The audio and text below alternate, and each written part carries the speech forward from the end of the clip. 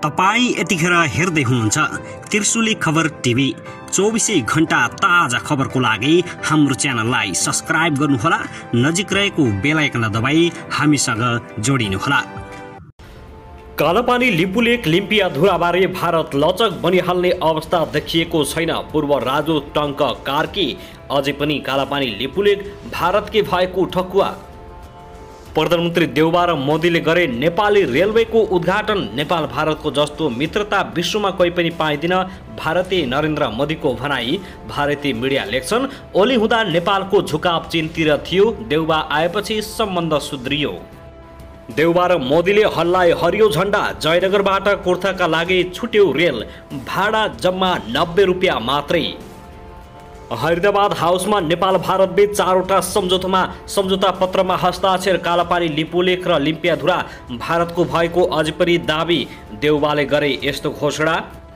एमाले अध्यक्ष केपी शर्मा ओलीको चुनावी गतिविधिमा देश दौडाहा। आज खोटान पुगे, प्रधानमन्त्रीले नबोलाएको भन्ने ओलीको आरोप झुटो।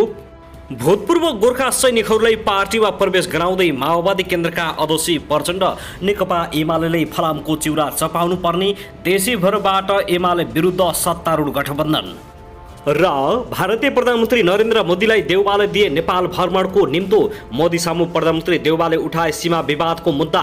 नेपाल र भारतको जस्तो मित्रता विश्वमा कोही नभएको मोदीको भनाई। प्रधानमन्त्री देउबाद्वारा भारत समक्ष 3वटा हवाई रुट उपलब्ध गराउन माग। पञ्चेश्वर परियोजना यस क्षेत्रका लागि गेम चेन्जर साबित हुने नरेन्द्र मोदीको ठकुवा। देउबा र मोदीले गरे 90 किलोमिटर लामो करिडोर प्रसार लाइन उद्घाटन। अब हेर्नुहोस् पुरा समाचार।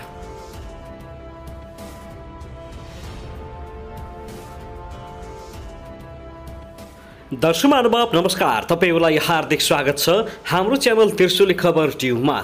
यदि हाम्रो च्यानललाई अहिलेसम्म सब्स्क्राइब गर्नुभएको छैन भने सब्स्क्राइब गरी नजिक रहेको बेल आइकन दबाई हामीसँग जोडिनुहोला।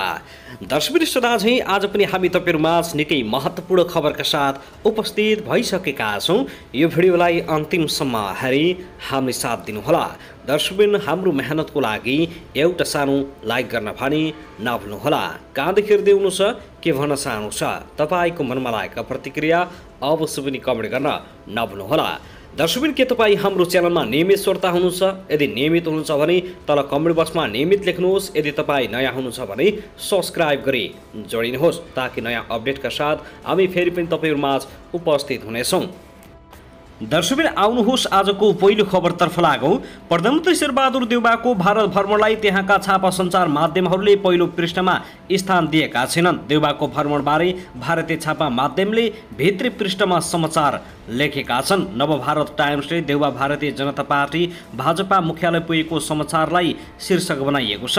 बीजेपी अध्यक्ष जेपी नड्डासँगको छलफलमा देउबाले राजनीतिक अनुभव आदान प्रदान गरेका समाचारहरू उल्लेख गरिएको छ। देउबा प्रधानमन्त्री भएपछि भारतसँग सम्बन्ध सुधार भएको र केपी ओली प्रधानमन्त्री हुँदा नेपालको झुकाव चीनतिर बढी रहेको समेत समाचारमा उल्लेख गरिएको छ। हिन्दुस्तान टाइम्स हिन्दीले देउबा र नड्डा बीचको भेटमा गठबन्धन सरकारको अनुभवबारे चर्चा भएको समाचार समेत प्रकाशित गरिएको छ। दैनिक जागरणले देउबा भ्रमणका क्रममा नेपालका लागि अतिरिक्त सहयोगको घोषणा हुने कुरालाई प्राथमिकता पनि दिएको छ।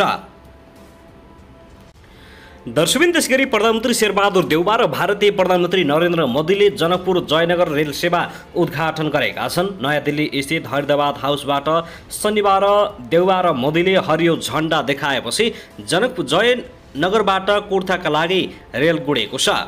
उद्घाटनसँगै रेल नियमित रूपमा चल्ने भएको छ। भारतको ठूलो जंक्सन जयनगरदेखि नेपालको पूर्व पश्चिम राजमार्गको बर्दिवासमा जोडिएको ब्रेड गेज रेलवे अन्तर्गत उद्घाटनपछि रेलले हाल जयनगरदेखि कुर्थासम्म यात्रु ओसार्ने काम नियमित गर्ने भएको छ। अनलाइन प्रविधिबाट रेलको टिकट उपलब्ध गराउने व्यवस्था गरिएको छ। टिकटमा QR कोड हुनेछ। रेलमा यात्रा गर्ने यात्रुको टिकट अनलाइनबाटै जाँच गर्ने उपकरण टिटीलाई उपलब्ध गराइएको छ। आइतबारदेखि रेल बिहान र दिउँसो 2 पटक यात्रु लिएर जयनगर कुर्था खण्डमा रेल चल्ने भएको छ। रेलमा सीटमा बसेर र उभिएर यात्रा गर्ने व्यवस्था पनि मिलाइएको रेलवे कम्पनीले जनाएको छ। जनकपुर जयनगर 70 र कुर्था जयनगर 90 रुपियाँ भाडा कायम गरिएको जानकारी आएको छ।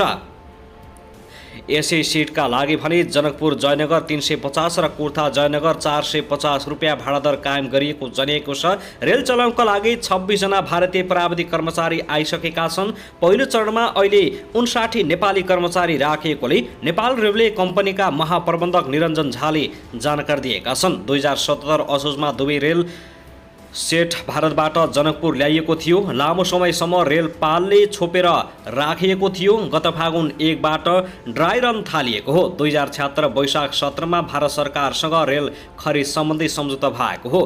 भारतीय रेलवे कम्पनी कोङ्कणले दुवै रेल सेट 40 करोड 85 लाख रुपियाँमा तयार गरेर दिएको थियो। त्यसैगरी भारतीय प्रधानमन्त्री नरेन्द्र मोदीले नेपाल र भारत जस्तो सम्बन्ध कतै नभएको बताएका छन्। शनिबार नयाँ दिल्ली स्थित हैदराबाद हाउसमा आयोजित संयुक्त पत्रकार सम्मेलनमा भारतीय प्रधानमन्त्री नरेन्द्र मोदीले दुई देशबीचको सभ्यता, संस्कृति र आदान प्रदानको धागो प्राचीन कालबाटै जोडिएको बताएका हुन्।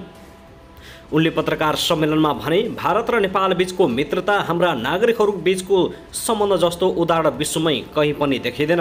मोदीले समुद्रका क्रममा अगाडि भने, अनादिकालदेखि हामी एक अर्काका सुख दुःखका साथी रहेका छौँ। यसअघि दुवै देशका प्रधानमन्त्रीले जयनगर कुर्था रेल सोलु कोरिडोर प्रसारण लाइन डिजिटल भुक्तानी रूपे उद्घाटन गरिसकेका छन्।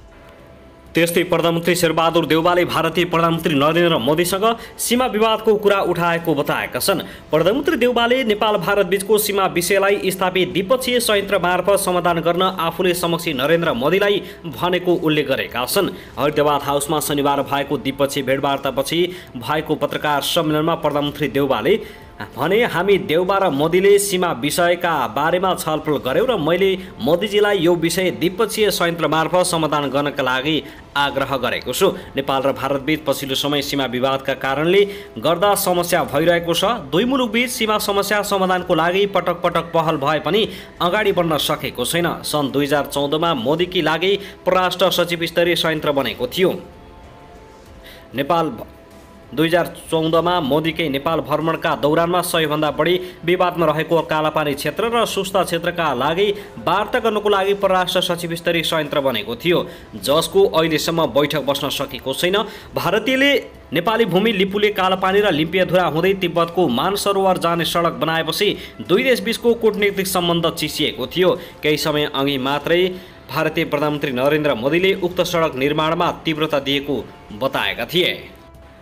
दर्शक, त्यसगरी प्रधानमन्त्री शेरबहादुर देउवाले भारतीय समक्ष नरेन्द्र मोदीलाई नेपाल भ्रमणको निम्ति दिएका छन्। भारत भ्रमणमा रहेका प्रधानमन्त्री देउवाले शनिबार नयाँ दिल्ली स्थित हैदराबाद हाउसमा आयोजित संयुक्त पत्रकार सम्मेलनमा भ्रमणको निम्ति दिएका हुन्। हामी दुईजना उच्च स्तरीय भ्रमणलाई निरन्तरता दिन सहमत छौँ। प्रधानमन्त्री मोदीजीलाई नेपालमा स्वागत गर्नका लागि म प्रतिरक्षामा छु, देउवाले भनेका छन्। हैदराबाद हाउसमा आयोजित पत्रकार सम्मेलनमा देउवाले समक्ष मोदीले 2014 मा गरेको नेपाल भ्रमणको स्मरण समेत गरेका थिए। मोदी 2014 मा भारतको प्रधानमन्त्री बनेपछि पहिलोपटक नेपाल भ्रमण गरेका थिए। त्यसपछि उनले विभिन्न समयमा 3 पटक भ्रमण गरिसकेका छन्।